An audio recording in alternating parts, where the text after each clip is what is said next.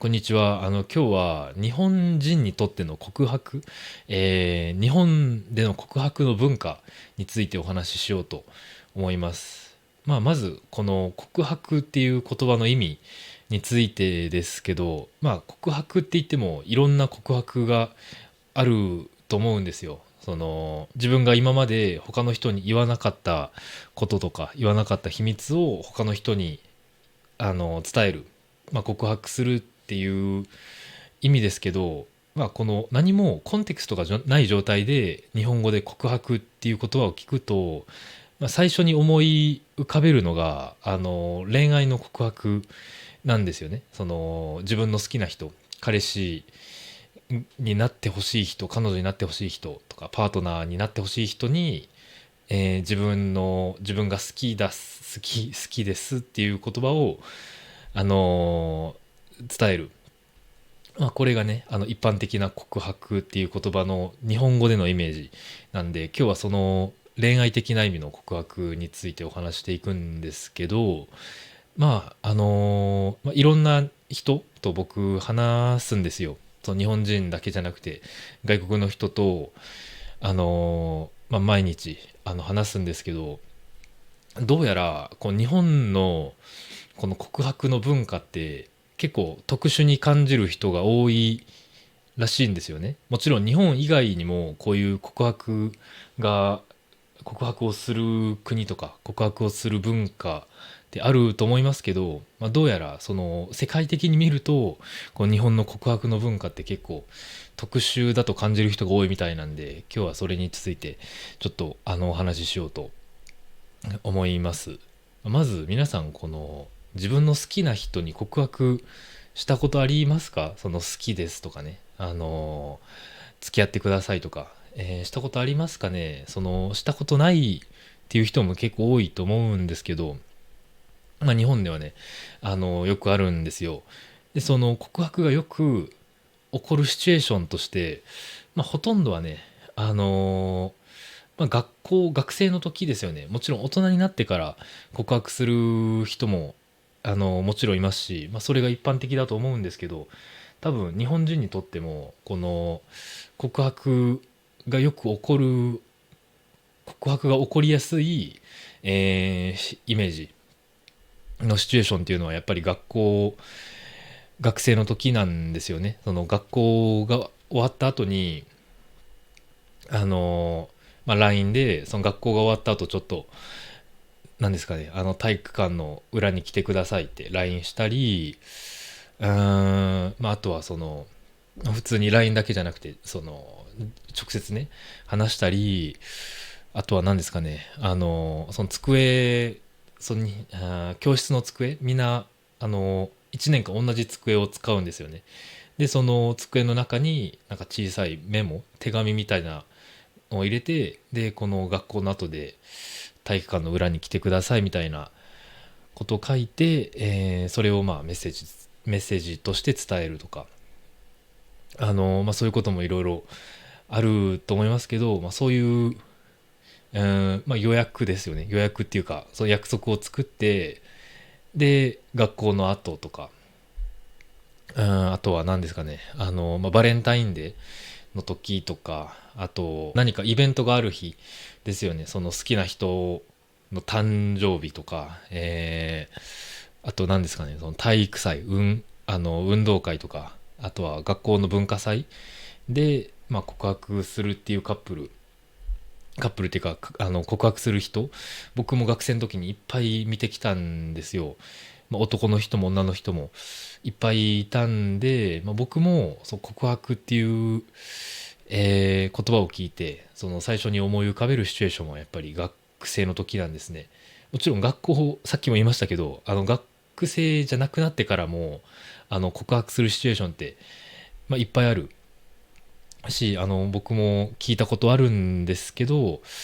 大人になるとね、みんなそれぞれの人生があって、共通のね、いつもいる場所みたいなものがなくなるからね、告白したとしても、あんまり気づかないことも多いんですよね。っていうのは、例えば学生の時って、自分が告白する前に今日、〇〇ちゃんに告白するとか、今日〇〇くんに自分の思いを伝えるみたいなことを友達に相談して、でそれから告白するっていうのもよく聞きますし、それからまあその告白をしたいっていうシチュエーションで、もちろん告白するときは1対1で、一人がもう一人に気持ちを伝える。でそのもう一人が、はいかいいえを伝える。その付き合ってもいいかとか、その返事をするシチュエーションなんですけど、そのシチュエーションをするときになんかちょっと遠くでね、隠れて、その告白を見てる学生とかも、いるんですよ。その人の友達とかね。そういうのもあるんで、告白がもっと身近なんですよね、学生の時は。でも大人になったら、いつも一緒にいるわけじゃないですから、その告白するとしても、その場に、その告白する場のちょっと遠くで、そのシチュエーションを見るとかできないですし、結局、その人、例えば僕の友達が、その人の好きな人に、告白するってなっても、その告白してで成功した後に、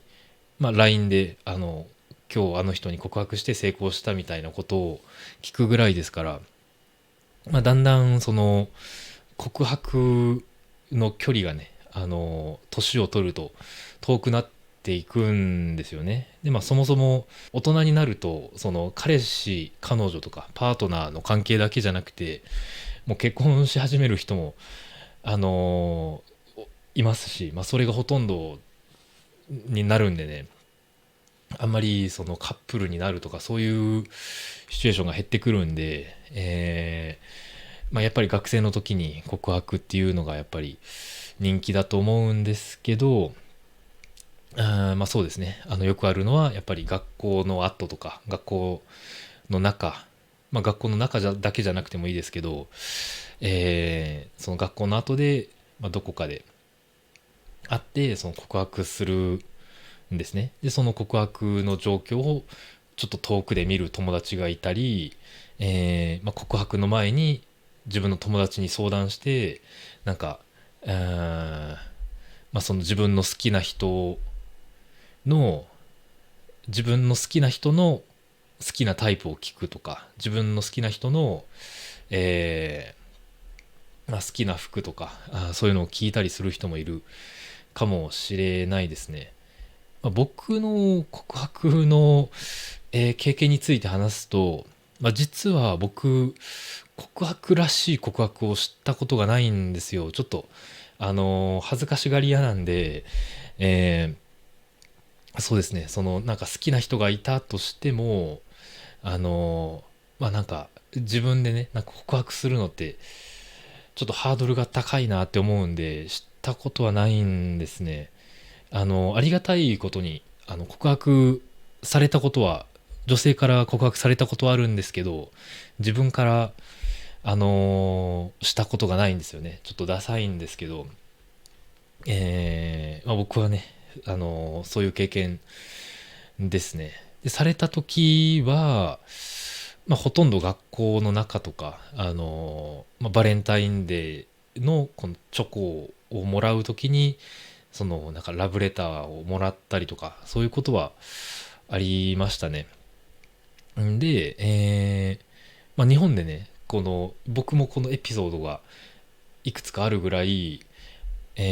告白って人気なんですよ。僕の友達もね、よくっていうか、したことある人もたくさんいますし、でも、その僕が、日常的にいろんな国の人と話すんですけど、そういう人たちにとっては結構新しいことらしいんですよね。結構、なんていうんですか、特殊なことらしいんですよ。で、なんで日本人って結構自分の気持ちを伝えない、人、その正直、本音を伝えない人が多いのに、その告白についてはちゃんとはっきり自分が好きっていうことを伝えなきゃいけないかっていうことについてちょっと考えてたんですよ。で、僕の結論としては、自分の気持ちをはっきり伝えないからこそ、そう告白が必要なんですよね。例えば、自分と自分の好きな人がいて、で、例えば僕がその人に一緒に、何ですかね、映画見に行きましょうとか、レストランに行きましょうって言って、その人、いいですよって言ってくれたら、一緒に行きますよね。で、いろいろ話とかして、で、そのデートが、2回、3回、4回続けて、で、その4回、5回、そのデートを続けたとしても、僕はその人が好きですけど、その人が僕を好きかどうか100%わからないですよね。んで、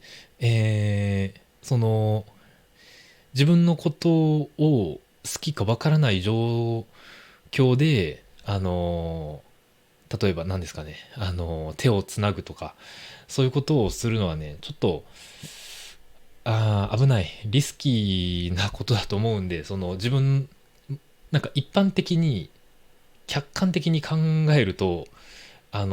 僕とその人、自分の好きな人が、5回、6回一緒にデート行ったら、まあ、ほとんどの確率でその人は僕のことに興味があるとか、僕のことを好きだと思うんですけど、でも、ちゃんとした、なんていうんですかね、証拠が欲しいっていうんですか、ちゃんと決定したいんですよ。どっちも好きですよっていうことを、確認し合わないと、その手をつないだり、そういうことをするのができないから、ちゃんとね、告白っていうちょっとフォーマルな感じの儀式をして、で、相手もその返事で、OK か、OK じゃないかっていうことを伝えて、で、そこからカップルになるっていうのがね、必要だと思うんですよね。その告白がね、そのために告白が必要だと思うんですよ。よく考えると、結婚のプロポーズと同じですよね。自分とね、誰かがカップルで一緒にいて、3年4年5年ずっと一緒にいますから、まあプロポーズしたら、ほとんどの確率で OK してくれると思うんですよ。はいって言ってくれると思うんですけど、やっぱりそういうフォーマルな、告白、そのプロポーズっていう告白をすることによって、ちゃんとね、お互いに結婚したいっていう気持ちをもう一度確認するっていうことが必要ですよね。で、それと同じ感じで、そのカップルになる時も日本ではそれが必要っていう感じだと思いますね。これがね、この告白が、結婚じゃなくて普通に付き合う時に、告白するのはちょっとフォーマルすぎるとか、ちょっと、特殊だって感じる人も多いかもしれないんですけど、日本ではこういうのが結構一般的っていうことですね。皆さんの国とか文化の中でもこういうことがあるのかどうかっていうのも気になるんで、何か意見があったら、コメントしてください。いつも全部読まさせていただいてます。そんな感じで今日は、日本での告白の文化っていうことについてお話しさせていただきました。それでは今日もここまで見てくれてありがとうございました。バイバイ。